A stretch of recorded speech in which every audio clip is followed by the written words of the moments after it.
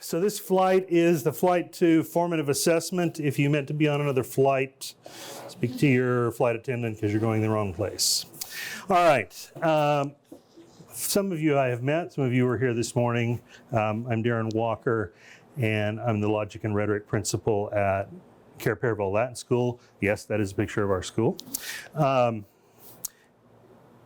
As I said this morning, for those of you who weren't here, I didn't do any handouts because I didn't want to kill as many trees as I already had. And so what I've given you instead is a Google Drive link that has, unless you try and write that all down, because that would be annoying, all of my stuff from today, this morning, and this afternoon are on there. You already have it, so you don't need that, I guess. And if you can't be bothered to type all that in, which I get, you can just shoot me an email and I'll just send you the link. Okay, onward, forward. All right, so when we talk about, is it too dark in here? Can you guys all see fine? If I write on the board, we're going to be okay? Yeah, okay. So when we talk about assessment just broadly, we primarily think about two kinds of assessment, right? What do we think about? Right, summative and formative, okay? And if we have time, I've got another sort of idea that I would like to share with you that might be a little bit out of what your thoughts are. So we'll just leave a question mark there for the third idea for later. And as I said this morning, I spent a lot of my career in the legal field, and in the legal field we have a saying which is plagiarism is the greatest form of flattery. So a lot of what you're going to see is from other sources. A lot of it's not original with me. Classicalteaching.com is the website of a friend of mine, Brian Lynch, who's the headmaster at the Veritas School in Newberg, Oregon. And I have freely stolen a bunch of his stuff. But I credit it where it is. So those are our two things we've already talked about.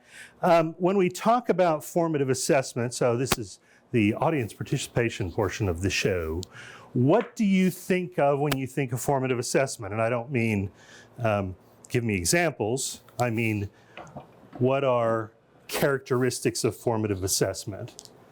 And you can compare it to summative if you want, but what are the characteristics? Okay, checking for understanding, that's sort of the general idea of what formative assessment is. Can you read that marker over there, or is it kind of dim? A little dim. All right, let me see if I can get a better one here. Ah, there we go. All right, checking for understanding. What else?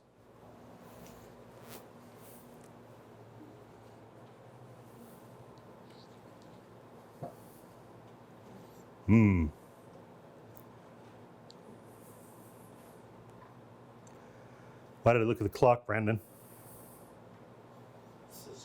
Yeah, I'm just going to see how long I have to wait to get some people who'll take a risk and... It's ongoing. Okay, it's ongoing. Oh, I understand. It's all good. Ongoing. Okay. You know, nobody else is saying anything, so you and I are having a conversation. It's all good. Sometimes it's teacher, sometimes it's student. What does that mean? Well, there are ways that you can help students to monitor where they're at, and you as a teacher can monitor where they're at even while they're still in the formative stage. So what should we say? Student. Yep. Or teacher. Initiated, I'll buy that. Okay, great. What else? I wander a lot, so he has to be busy when he's back there. Less so when I'm standing in front of a projector, though. What else do you think of when you think of formative assessment? Most people think of exams or tests. Okay, is that formative?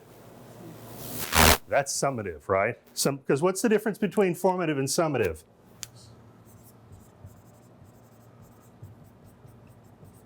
You're right. When we talk about assessment, people think about exams or tests. Are those bad? Not necessarily. They're just summative instead of formative. What makes them not formative? Sorry? It's at the end. Okay, so that would mean, okay, so this is at the end. Okay. Another one over here is feedback. Okay. Feedback for Can you give feedback for summative assessment? Yeah, so I guess it's, But it's feedback that the student can grow. that allows adjustment, the other doesn't. Okay, so say that again. I didn't hear that. It allows adjustment. This one, everything's done. It's like too late. Okay. Okay. This one, Okay, feedback with opportunity, hope you don't mind I abbreviate, for adjustment. Is that what you said? I'll buy adjustment, sure. So maybe more immediate? Ah, okay, immediacy. It's actually even a better word than that, but we'll come back to that in a second. It's a good win, yeah. I wonder if the adjustment is twofold. Okay, For my students to realize, oh, I need to make these adjustments. uh-huh, It's also for me. yeah. Okay. Okay, good, good, good, good, That makes no sense. good, Right? good, Kind of goes both ways.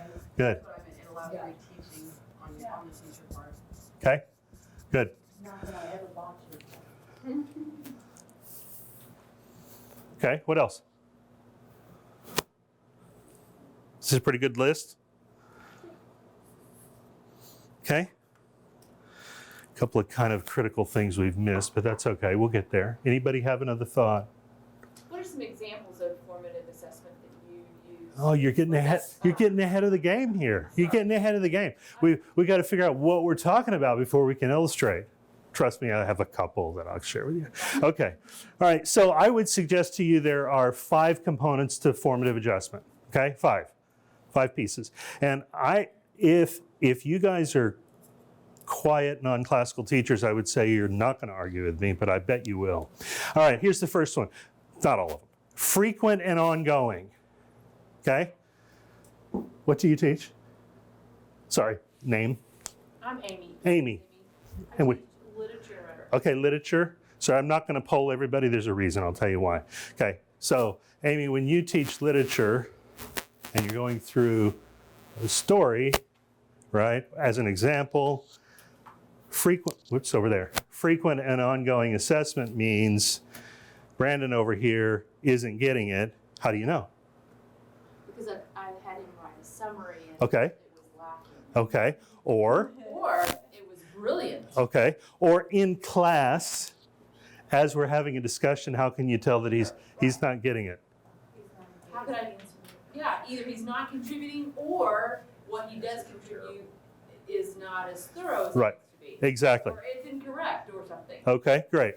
All right, so there's something, or any math teachers in the room? Okay, couple, right? If you're teaching math and you say, Chance, what's 7 plus 3? And Chance says, well, it's 11, of course. Don't think he's getting it, okay? Or my first math class, kid you not, first math class, what's junior high math class? What's 3 times 7? Oh. 21. He doesn't have it. Okay, he doesn't have it. Okay, it was 7th grade, not at my current school, just so we're clear.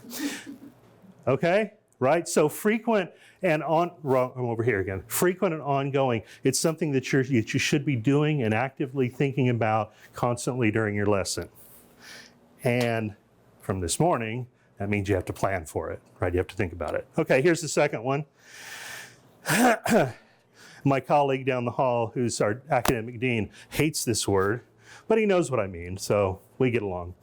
Involuntary, all-inclusive. What in the world do I mean by that? What do I mean by involuntary and all-inclusive? What do you think, Carrie?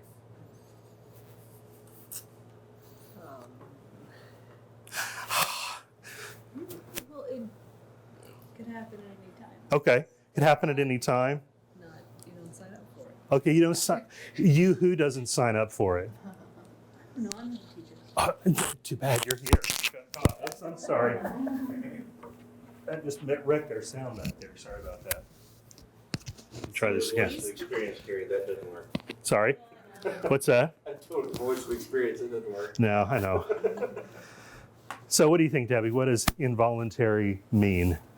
Well, if it's the student, they didn't volunteer. You're asking them a direct question, or you're Right. trying to engage them directly. It's not they're volunteering by raising their Right. Now, is there a problem with calling on people who raise their hands? No. No, not always. And particularly if you're doing certain sorts of things that might be helpful and useful.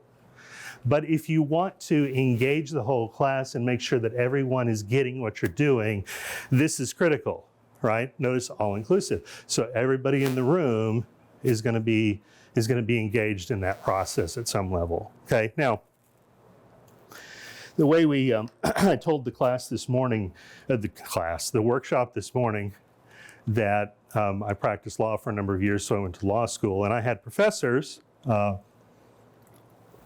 this was the default, who would just call on people that were supposed to have read the material and knew the material and were prepared to discuss it. And when they asked that question, did they ask the question and then say, Brandon, at the beginning, Brandon, can you tell me what the third article of the Constitution is about? Okay. No, what I'm going to do is I'm going to say, can you tell me what the third article of the Constitution is about, Chance? Why? Because everybody's got to be engaged, because you just never know who's going to get that question, right? And it's all inclusive. We're involving everybody. Now, here's the thing. If I know, because I overheard a conversation before class, that Chance didn't actually read the material, is the purpose of this to embarrass Chance with having not read the material?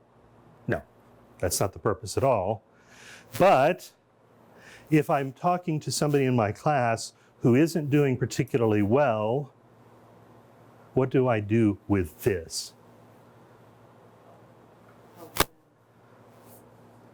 Help them what? I don't know, to take them on a path to get to the right answer. Sorry, say that again, Angie. Take them on a path to get them to the right answer. Okay, that's good. What did you say?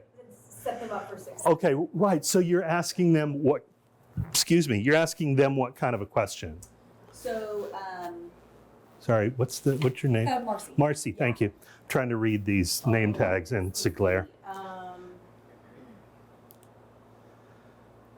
would I say that?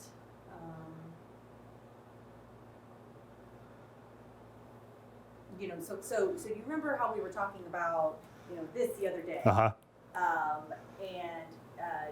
Do you remember this? Right. And I said this. How does that relate to, how does that relate to this conversation or something like that? Right. Like, taking something that they learned from the past. Okay, that's a good example, right? When you're trying to set somebody up for success, if it's that kid in the class who will always try, no matter how difficult the problem is, you could throw anything at them.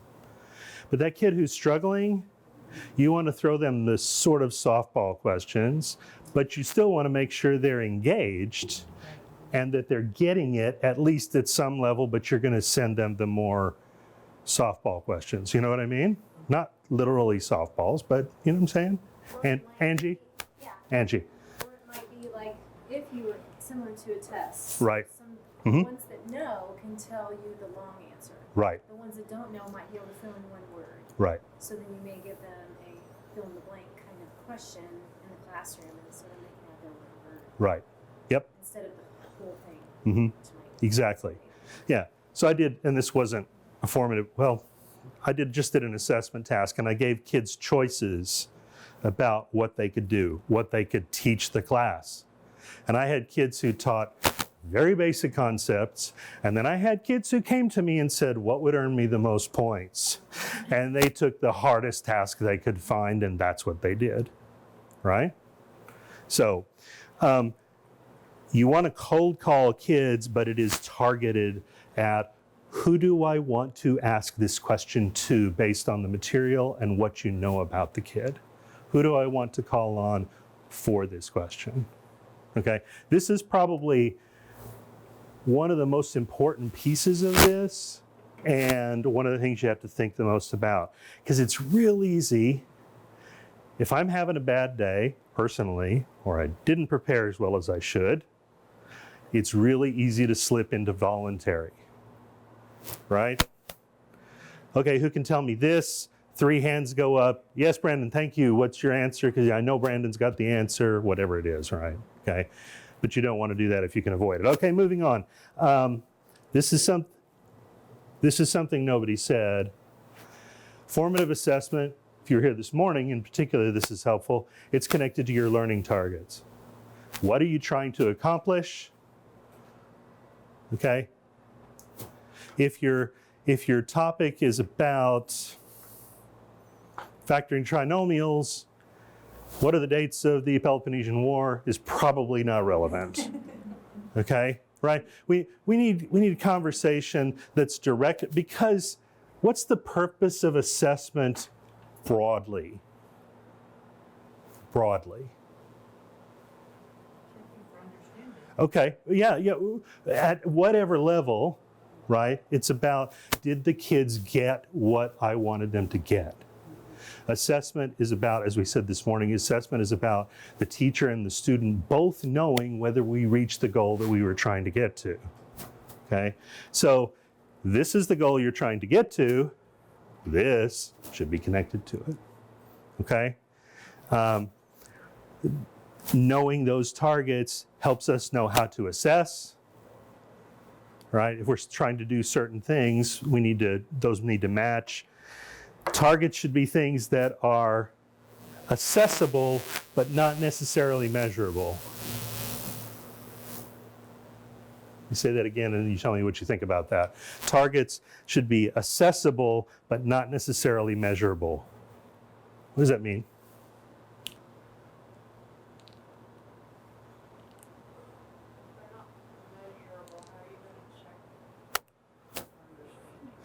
So, are there things that you can evaluate whether kids understand, but you can't necessarily measure that?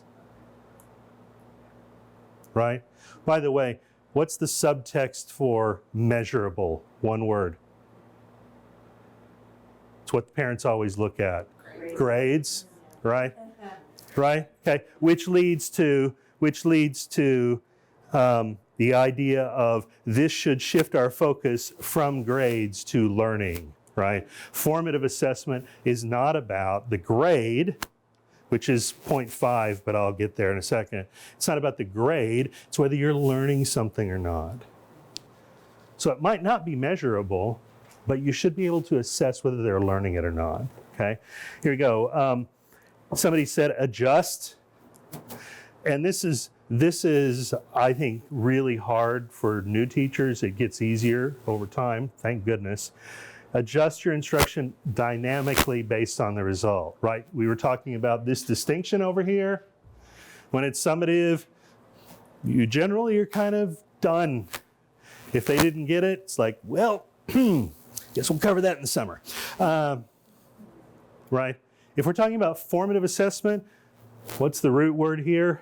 Form, right? We're forming that child. If they're not getting it, then we need to take a little different technique. If that technique isn't working, we need to switch to something else, right? Okay? Question. Please. Could this also be kind of a teaching tool, instruction tool? For example, in a class like history where you're hoping for a lot of discussion and you have that reluctant discussor who won't, but if you give them kind of that softball thing, Right. where you know, based on their homework they've done or something, that they know it, Right. but they're just afraid to speak up in class. And so this gives them a win where they go, oh, okay, yeah, I can do this, so that I'm not as terrified the next time to volunteer. Yeah. The task I just did this week, one of my lowest performing students got one of the highest grades on it because there was a way for her to win even though she wasn't doing particularly well in my class, right? And it gave her some confidence that, Lord willing, will translate to something else. This is the one that I think is kind of important, but that people don't think of right away, right? It goes back to that accessible but not necessarily measurable idea. Formative assessments are ungraded, typically. There are exceptions, but typically they'd be ungraded, okay? So how many of you have kids that play sports? Or have ever had kids that play sports, or have kids who have ever played a sport, okay? And they go out and say they play soccer as an illustration, and part of the practice is a scrimmage, right? We do that all the time in soccer, and then we report the scores of that scrimmage to the local newspaper, right? No. Okay, no. That's what the classroom is like, right? It's like a scrimmage, and this formative assessment is like the score of that game. We're not reporting this. What are we using that for? We're using that to inform where our strengths or weaknesses are and dynamically change. Your coach sends you out to do a scrimmage, and the first string defense, the first string offense beats the first string defense 12-1. There's a lot of work that the defense needs to do, right? Either that or the offense is extraordinary. But anyway. Well, just another thought. Yeah. In addition to a student's lack of understanding, Right. I wonder if it also is a way to reveal character issues or, vices in their life that, I hear the kid repeatedly, I didn't do the work and I'm bragging about it in the hallway. Yep. Sometimes a formative assessment can be a shot across the bow. Yes. Not. Yep. It might be, okay, we're all going to write a summary, and now and I know, and Right. you know what I'm saying? But it's a way to reveal that, and that may lead to a conversation that needs to be had. Mm-hmm. So it's not just about ability and Yep. comprehension, but it might be a character. Right. part to I it as agree. well. I agree. And this isn't going to sound like that, but it actually is that. One of the things, I say this is typically ungraded. So I do, in my class, I do homework quizzes every day. I don't check homework, but I do homework quizzes every day, which are graded and are part of their grade. But the whole conglomeration of all 30 of those in a semester make up 5% of their grade. Is that formative assessment or summative?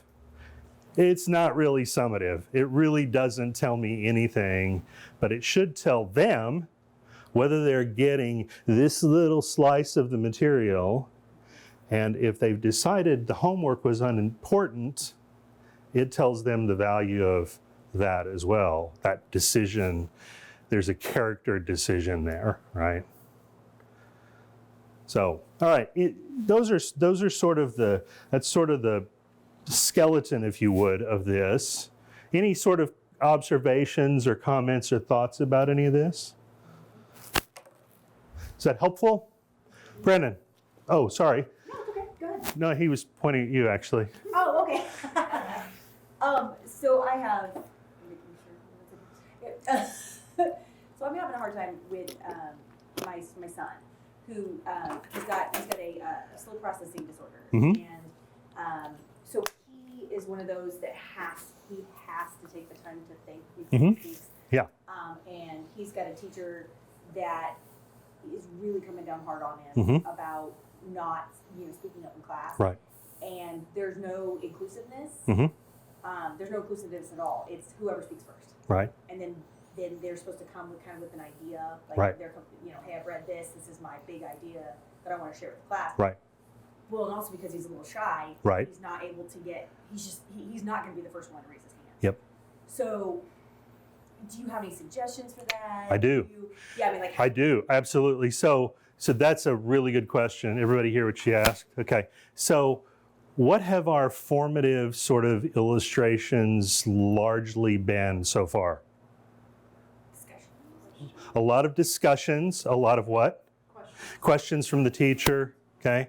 That is by no means the landscape of these. So I want to come back to that in just a second, because I want to give you some concrete ideas. There was a study done a few years ago, a macro study, which I think is the term they used, which basically means they looked at a whole bunch of major studies and concatenated everything. And they found that the one key across schools generally to success for students is quality feedback. That's the most important thing. Okay. Why do I bring that up here? Because this idea of formative assessment, and I love this cartoon that a friend of mine found. it's kind of a good illustration, right? This isn't particularly helpful feedback, okay? Feedback that we can give dynamically and actively when we're doing formative assessment, right? Because if you're like me, and I'm intentionally not asking you what you teach, I'll show you why in a minute, but if you're like me, right, if I give the Algebra 2 test as an illustration, I can go through and write, a lot of marks on that test to give them feedback about how they missed it and what percentage of them read that at all. Probably not many, which is why I don't do a lot of it anymore. We need to figure out ways to give feedback on the fly that's going to be more helpful. So let me give you, so let's talk about some ideas, okay? So here's what's off the table. Discussions are off the table for the moment. What sorts of ideas do you have about how you can formatively assess kids? Writing assignments. Okay, so writing assignments can be helpful. They tend to lean more in this direction, but not necessarily, okay? What do you mean by writing assignments? Can you give me an illustration of what you mean by writing assignment? That may be... You after a lecture, something like that, you could give a prompt. Okay. You could do it in class, one paragraph kind of thing. Okay, all right. So in class, one paragraph, that's sort of an idea, okay? That's a good idea. There's a lot of good ideas, okay? That leads to something a friend of mine uses, which is called an exit pass. You want to leave my classroom? I need you to write a paragraph about what you learned today. Okay, am I going to grade all those paragraphs? Probably not. But I'm going to look at them and say, well, it appears Debbie didn't learn what I was trying to teach today, so perhaps we need to try again on that, right? Or whatever. How does that help your son? It gives them a chance to think about it. Yeah. Right? Yeah. Absolutely. Right? It gives, because that's one of the keys, and I know I changed the slide, it's one of the keys to all-inclusive is the person who doesn't think as quickly, they need that time to process, and you need to include that person, okay? So that's going to be a helpful illustration, okay? Somebody else. What else? Yep. I do think pair share a lot Uh-huh. because I'm a math teacher. Yep. So they'll do a problem by themselves, Yep. then they pair up with someone, see if they're on the same track. If they have different answers, then they have to debate who's correct. Yep. And go through each step, and then usually I'll pick two of the groups and talk about their answers in class, see if they're the same. That's how I got through Calculus 3 in college. Professor was horrendous. 5 of us just sat in the corner and thought pair shared the whole semester. Okay, so right, think pair share. Okay, you two, you need to, this is my question, I need you to write something and then talk to your classmate. Did that help your son? Yeah. Yeah, sorry, I'm not targeting you, No. but I'm just giving you ideas here. Okay, think pair share, that's one I use constantly. I'm a math teacher too. Okay, what other ideas do you have? An activity. Elaborate. Well, I'm a drum teacher, so. Oh, you just rolled your eyes. Oh, come on. It's okay. I'm just not telling you my history, that's all. Okay. Yeah, an activity to, like, if we're talking about something that you can turn into some kind of an activity to Okay. see if they can reproduce it. Okay, all right, I've done a thing where, especially because history again, right, there are key events that we've talked about in a Okay. certain time period. Yep. I'll have the events on note cards and Right. I'll just throw them out, and I'm like, y'all take them and you tape them up on the board in the correct order. Yep. And then they all have to work together, or sometimes I'll separate them into groups. You get this area, you get this area, and then I have others assess. What do you think? Are they in the right order? Is there something they should? There's a great game you would love. You can actually buy that in a box game. I forget the name of it, but it's a whole bunch of world events. Here's 3. Can you get them in the right order? Oh, it's fantastic. I love it. I can't remember the name of it, but I love it. Okay, good. What else? We do Omnibus, Veritas. Okay, yep. And every session or classroom discussion is Yep. Socratic, has a question to consider at the beginning that they don't answer. Okay, And then it asks a series of Socratic, or a series of questions Yep. that we discuss. and then it comes back to the question to consider, and then he gives everybody an opportunity to, they've already kind of worked through it, Yep. beating around the bush, so to speak. Yep. But that gives a significant amount of time to think about the original question to consider by the time they actually have to answer it verbally Right. at the end of the Right. Again, that helps the slower processors, right? Have the time to marinate. Excuse me. What else? Those are great ideas. What else you got? I've done different things with whiteboards. Yep. They either have their own whiteboard, they work the Yep. problem, and then when they get it done, they turn around, Yep. you give them a thumbs up, thumbs down, or not. Not quite there. close. Mm-hmm. The other thing is I've had them given groups of like So, four. so one thing at a time, right? So she's saying, this is what, you're right. I mean, I'm a math teacher too, right? We use individual whiteboards, have a problem, kids all work the problem, they hold it up, and you either say, that's right, that's definitely not right, or that's somewhere in the middle, right? Okay, I like that one. What else you got? The other thing is I put two similar type problems on Right. the board, but different. Yes. And then 3 or 4 depending on how many steps they need to have. Yep. And only one person can write per line that they have to pass off. And they can either correct their first step or they can write the next line of the problem for step by step. Okay, that's a new one. I hadn't heard that one before. I like that. Okay. What else? Anybody got any others? Believe it or not, even with high schoolers, I play Battleship. Okay. Where Elaborate. they literally sit on their desks, and then like we just had a map test on a part of Europe, and I had a blank map for 2 sides, and they were numbered, and I'd say, okay, do you want to answer a matching question or a map question? And they got to pick, and if this lady would answer correctly, she gets to shoot down someone off the other team. They have to sit down, they aren't part of the group anymore, can answer. Okay. And I mean, it was a review thing for a test. but Sure. It also helped me to go, okay, what is it that I think they should know that they don't know? Yep. Okay. Great. All right. So if you look at that Google Drive folder that I gave you, I think Brian has a list of 25 or 30 different ideas. So have a look at those. I want to talk about 3 specifically. Okay. And one of those is graphic organizers, okay? And these can be used in a lot of different ways. Some of these I have no use for in a math class, but I'd use it a lot in a history class, okay?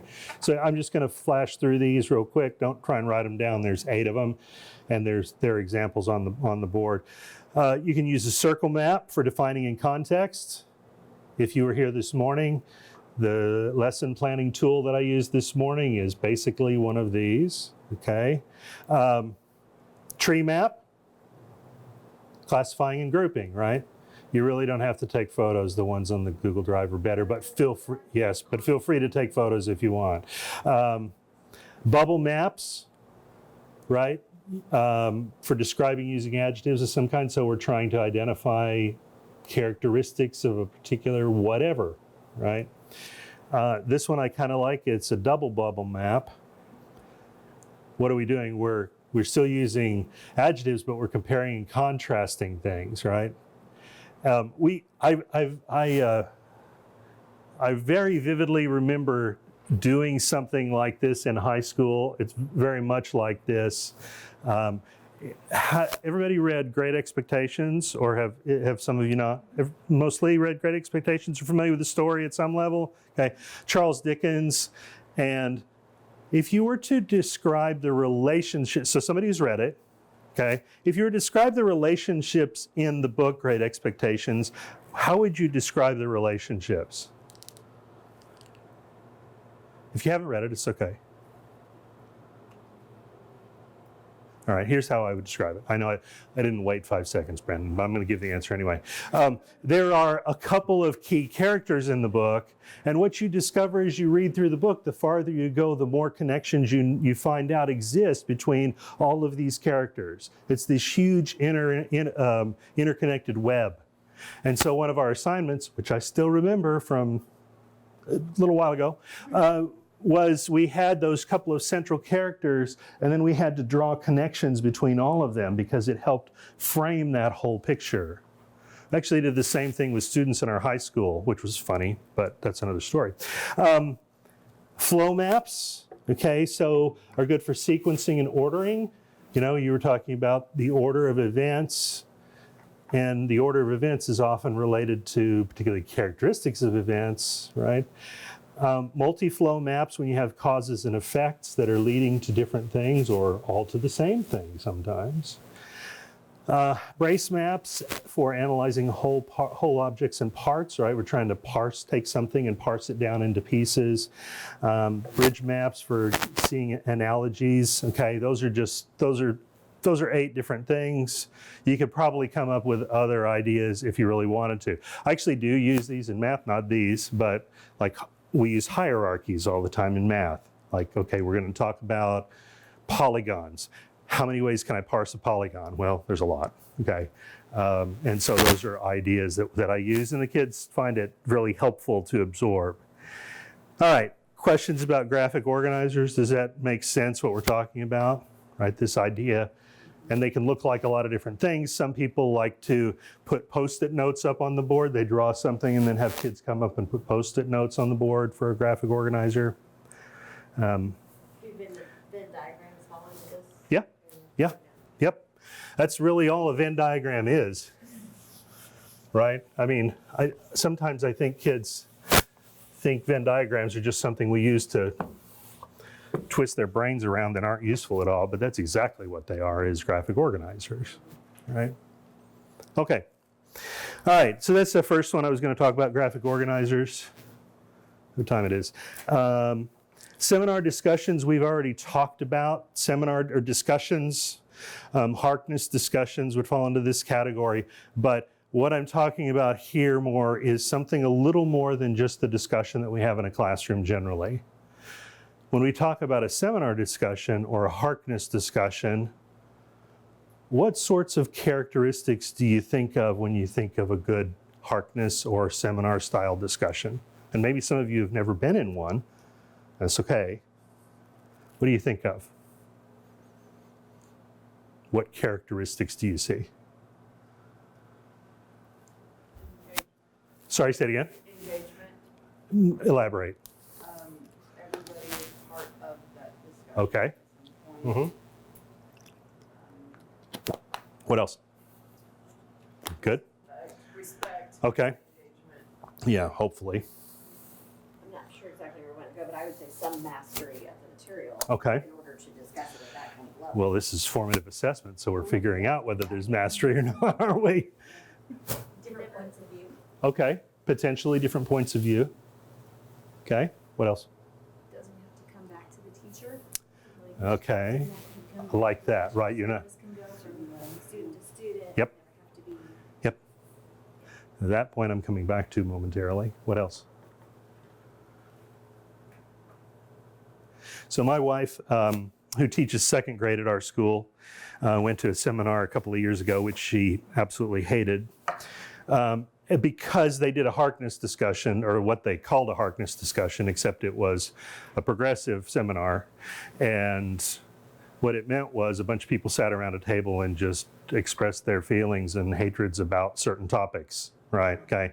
That is not a Harkness discussion, okay? Because a good seminar discussion or Harkness discussion is truth or text-based, okay? So we are starting from an idea of this is the standard that we're looking for. Don't care what it is. Maybe we're having conversation about, I don't care, about the appropriate color of decoration for the stage, given that we're doing a Midsummer Night's Dream. We could be talking about the causes of the Peloponnesian War. We could be talking about whether Scipio or Julius Caesar, who didn't fight each other, but I don't think, right? Right? Were better generals in the objective sense, okay? We could be talking about all kinds of different ideas, but what are we doing? We're starting with a text that we all have in common that we assume is authoritative, or some level of truth, some source that is our level of objective basis. This is not a time to share our feelings. Now, I have less problem with this in math class than I do in humanities classes, but if you start a sentence then you say, well, I feel, I'm just cutting you off right there. I don't care how you feel. I do, but no, I don't really. Okay? We're here to discuss the content, the truth, the text not how you feel about the text.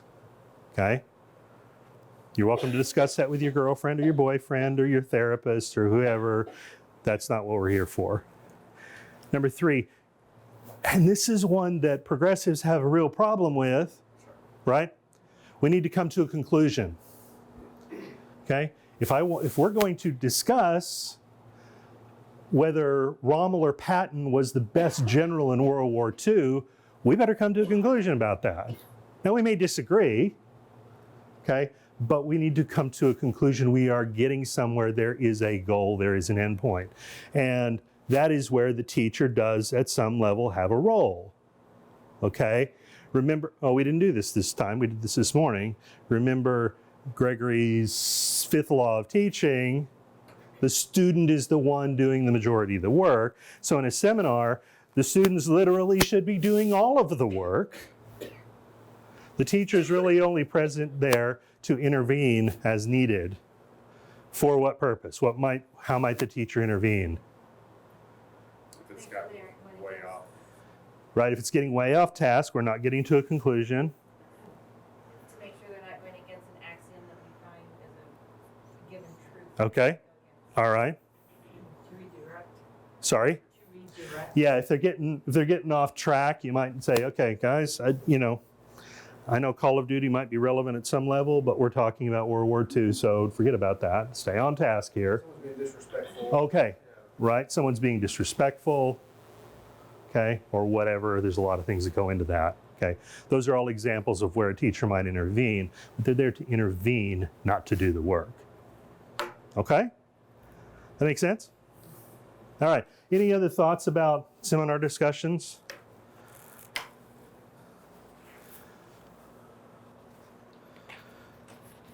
Since you use those Uh-huh. as summative, do you grade them at all, or do you? As formative, you mean? I mean, formative, I said the wrong word. Yes. Yeah, so I had one of my history teachers at my school likes to use them as summative,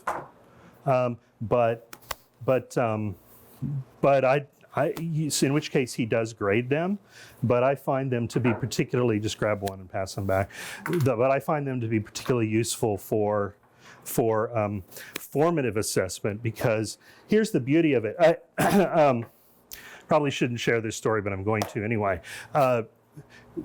There's a teacher interview process that was pioneered at the University of Indiana a few years ago. And their process is, I'm hiring somebody for this teaching position, or maybe it's 2 teaching positions or 3, but I get 8 candidates in a room. And there are 2 of us there to interview them, except we're really not. We're there to ask 4 questions. And those questions are really open-ended questions like, so you're taking a group of 7th graders to the local art gallery for a field trip, and you discover that there's a nude display. What do you do? Oh, by the way, all of you have to come to an agreement. Okay? Now, it's an interview tool because what am I doing? I'm trying to figure out how those people interact with each other and how they work collegially, right? And when I did this, it was extremely predictive of how successful those people were going to be as teachers. Okay? One person was sitting here and she said, oh, that's easy, and then she laid out the answer. She didn't get hired, just so you clear. But what's the point of that observation is I forgot. I just completely lost track. What was the question I was answering with that? Putting 8 people in a room. And there was a huge picture. Oh yeah, no, I got that part. No, my oh, I know what I was saying. What I was saying was the other administrator and I just sat there and listened. We didn't say anything. And initially in the beginning, before that question, there were easier ones. In the beginning, people would look at us for feedback, and I'd just kind of go, I'm just watching, carry on, right? And once people got used to that, it was like we weren't there, and all of a sudden it was really easy to assess who they were as teachers, right? So these seminar discussions can be can be really good in that way. It was sort of a really weird seminar discussion, but anyway, that was an answer to a question. I just don't have any recollection what it was. All right, these cards I just gave you. Anybody seen these before? Anybody seen them? Okay, a couple of you have. Good. Well, you guys can sort me out when I mess this up. Then how about that? So this is a system called Plickers. Let's see if I can get this to work right today. Bear with me a second. Now, what you'll discover is, and I should have done this ahead of time. My apologies. This is not what you're supposed to do.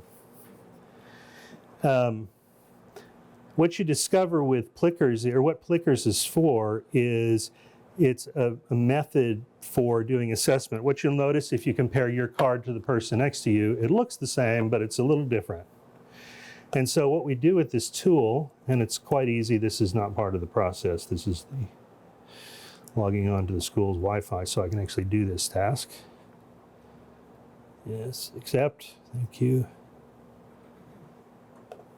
So what you do is you set up in advance, thank you. You set up in advance a task of some kind. Let's try this. All right.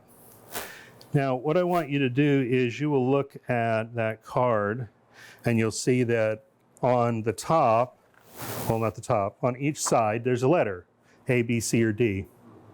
And so what I need you to do for me is, all right, hold on, where's my, there we go. Okay, what I need you to do for me is hold that card up with the letter that's your response on the top. So this would be D, this would be C, B, A, okay, whatever it is. All right, and why did that disconnect? That was helpful. Hold on one second. Sometimes the technology doesn't work the way we want it to.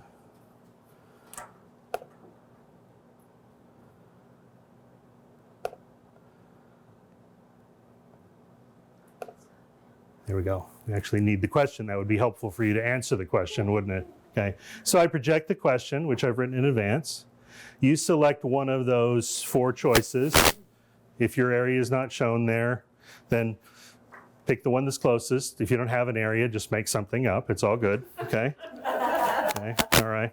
And then what I do is I just go around and as I'm doing this, what happens, and I know you can't see my phone, but what happens is they sort of flash. Can you move your fingers off of the, perfect, thank you. It just sort of flashes. You're being a pain. Okay, thank you. Really? I'm Okay. a 5th grade teacher. Yeah, I'm sure you are. Yeah, okay. All right, so what's happened here, okay, is as I recorded those, then all of your choices popped up here and told me that they were here, and I can see a graph of what everybody chose. Okay, now, this is why I didn't ask you before, okay? And in fact, if this is a survey question rather than a question with a correct answer, but I could reveal the answer next and then move on to the next question. Okay? All right? Sorry. So a couple of my teachers, when I did this last summer, they were like, can I get a set of those? Yeah. Go to the Plickers website, print them off, put them on cardstock if you want. One of my teachers took a set, laminated them all, and then he just gives them to his kids every day when he wants to use them. Right? Now you have to set up the questions in advance. Why do you like this, or why do you dislike it? Everybody has to answer. Everybody has to answer, except for those people who just want to turn the card every which way and, try and screw things up. Okay. By the way, you actually only got 1 vote, so it just took your first one and that was it. Yeah. Sorry, what did you say, Brandon? Virtually, it's unanimous. Okay. So for some questions, peer pressure may not be involved. Yeah. So can you tell? By the way, you could cut these square if you wanted to. Can you tell what my vote is? No, you don't know what I said. Plus, I'm probably turned this way, and you definitely don't know what I said. Okay? Now, it took me a little longer I wouldn't recommend doing this on the fly like I just did. I've done it a couple of times before, because it takes some time to type them in, and you have to make sure you've got your computer and your phone linked up. But what technology does it require for your kids? Absolutely nothing, which is a good thing, okay? For you, it takes a little bit, but it doesn't take a lot. And if you've got a setup like this, it's pretty quick. And there's the thing about it, even though the kids have no technology in their hand, it sort of gets their brain activated in a different way because you're projecting their ideas up here. It's sort of like when I was teaching at the beginning of my career and we were doing data analysis. If you've ever done stuff like beginning level data analysis for 8th graders, it can be a drudgery, okay, in mathematics. Because you say, well, we start out and there are 12 A's and there are 3 B's and 7 C's, and it's just like, oh. On the other hand, you walk in and you say, Chance, who's your favorite superhero? And I may give that part of the list, and I go around and I say, okay, these are the 4 choices, who's your favorite? All of a sudden, we have data that they're invested in, okay? It's stupid data, but it's data they're invested in.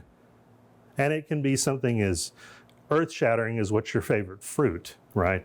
But the point is, this is who they've actually come up with when it comes to a survey question, or it's information that gives you rapid evaluation of what they're doing, okay?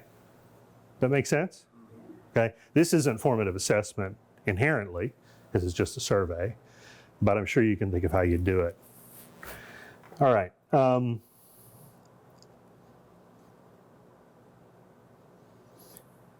Any observations or questions about any of that? This is one of my favorites. I don't use it very often because I teach math and I frankly am going too fast to do this, but that might be something some of you would find useful. I really like it in other contexts. All right, let's see if I can get this back up here.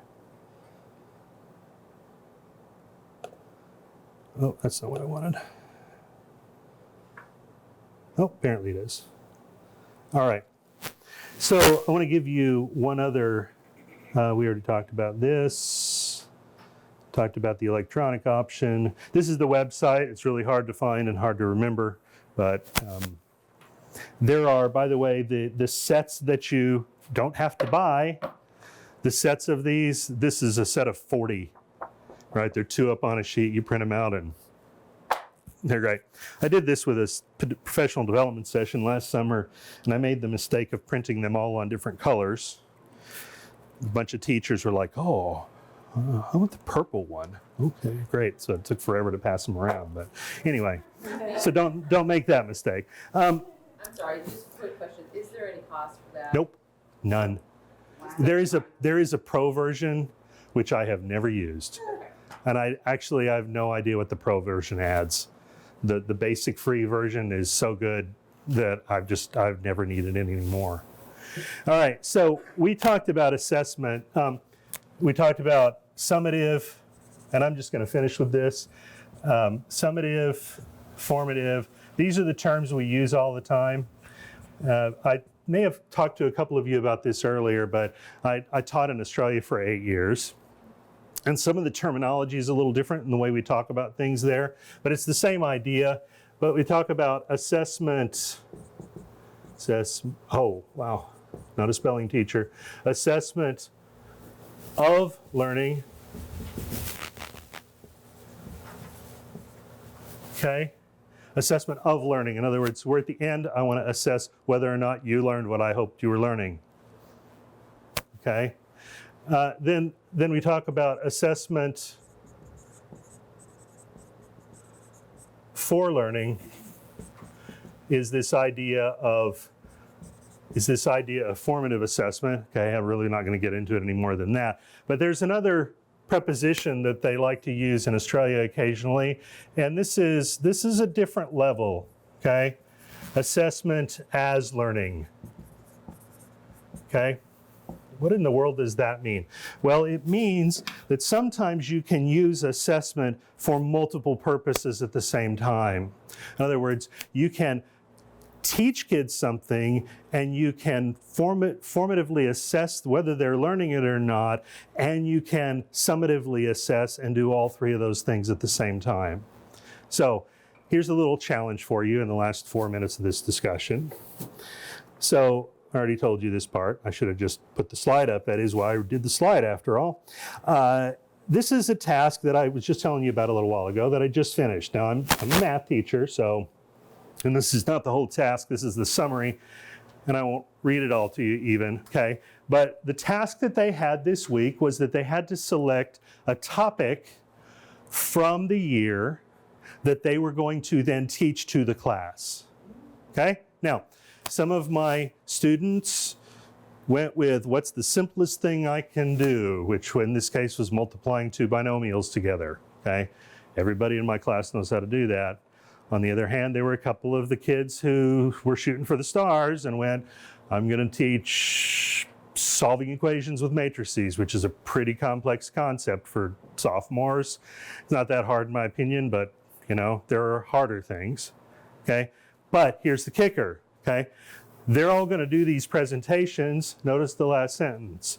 While other students are presenting, each student will evaluate his fellow students' presentations. Now, are those students contributing to the student's grade? No. Correct answer. But they are contributing to theirs. Okay? Because what I'm expecting them to do is evaluate their colleagues as they go along. So 20% of their grade, this is what the student rubric looks like. So every student in the room, and it's probably kind of small. Can you read that from back there even vaguely? Okay. These are in the Google Drive, by the way. And I'm still growing and developing in this area, so these are not by any means the world's best gift to this kind of assessment. But for each student, they had to evaluate, did the student do the problem correctly? Which means what has to be happening? Sorry? They have to know, they have to go deeper than that. They have to be what? They have to be working the problem themselves. So the second page of this is a whole bunch of blank spaces where they're working the problems as we go along, okay? Did the student present the problem effectively and creatively? Okay? In other words, I don't know if I should tell you this, but my first student in my afternoon class, who was drawn at random, she was teaching us about sequences. So she taught the sequences like this. She had her notes and she wrote the problems on the board like this. That was the entire presentation. She didn't do very well, okay? So I'm asking them to evaluate this. Did the student engage his fellow students? In other words, was he or she asking questions of other students? Was she getting input from other students? Or were they sleeping? Okay, and this was a kicker for them. Is this student potentially a good choice for Grandparents' Day presenter? Because we have Grandparents' Day coming up. You guys do Grandparents' Day, right? The grandparents all come in, you completely lose a day of instruction because it's really useless. But the grandparents come in and that's a good thing and they see what you theoretically do all the time. And so what are you going to do? You're going to have kids do special things that really aren't what you do all the time. But right, you're kind of putting on a little bit of a show. So would this student be a good job for that? You're not voting, by the way, on who's going to do this. So don't go to your classmate and say, do you want to do this? Can I vote for you? No, that's not what I'm asking. I'm asking you to evaluate how they are doing. Now, what am I forcing them to do here? Forcing them to track along. I'm forcing them to do the work themselves. I'm forcing them to evaluate what their colleagues are doing, which requires them to have knowledge of it themselves. Not only the material, but the ability to present well. And then this is part of my rubric. Did they take the evaluation seriously? So some of my students wrote a 4 and a line for each box, 4 and a line, because they got 4 1s, obviously. So I'm going to save time and trouble and just write 4 1s in a row and give them a 4. Or maybe you just did that because you couldn't be bothered. So they didn't get those 10 points. Did they work the problems themselves? Now, as I said, this is still a work in progress for me. But think about what that does for you for formative assessment and summative assessment and helping them to actually do learning as they go along. Okay? All right. And I went 1 minute long at least, if not more. But any questions, comments, observations, anybody would like to add? By the way, does that look engaging to you? I don't know what you think. Does it appeal to your drama sense? Absolutely, Yeah, yeah. yeah. Especially that last one. Yeah.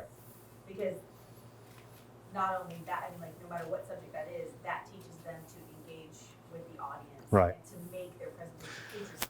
By the way, I'm a math teacher. 40% of the grade is rhetorical tools. 40% of the grade is the math skills. 40% of it is how can you present to the class, right? Cross-disciplinary work there. Okay? Other thoughts, comments, observations? Do you give them the assessment ahead of time? What do you mean? Well, if I'm assessing 5 students before me, Uh-huh. then I have a really good idea of tweaking my own presentation. I know exactly what you're looking for. Yeah, so It would almost be an advantage. Yeah, so I don't- You go first. So I don't actually tell, so the other thing I do is I don't tell them the order in advance, and I don't tell them what they're getting as they go along, right? I'm sitting in the back, and we do it randomly. So, okay, I've picked a number between 1 and 100. You 4, you're going next, give me a number between 1 and 100, and then, right? And what I didn't tell them was they had to give me topics in advance, and then I grouped them. So it's worse than you think. These 3 kids are all doing the exact same topic back to back to back. And one of the kids said, oh, I should put that in my presentation. I think he learned something. It didn't really change his grade, but it helped him learn something, right? And some of the kids went, he's not doing that problem right, is he? Well, I guess you should ask him if he's doing that problem right? So the kids get engaged in a whole different way. As I said, I haven't perfected that, but it's getting there, I think. Other thoughts? I hate people who finish late, so I think I'm done, but if you have anything else, I'm happy to stay and talk for a little while. All right? Thank you, folks. Thank you.